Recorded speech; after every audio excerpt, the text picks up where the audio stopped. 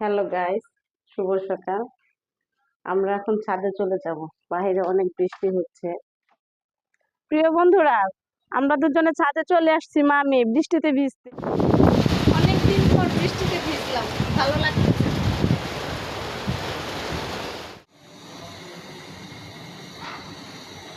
গরুর মাংস রান্না করছি, সাথে পোলাও রান্না করব, আর হলো ইলিশ মাছ ভাজা। বৃষ্টির দিন তো খেতে অনেক ভালো লাগবে। পোলাও রান্না করছি,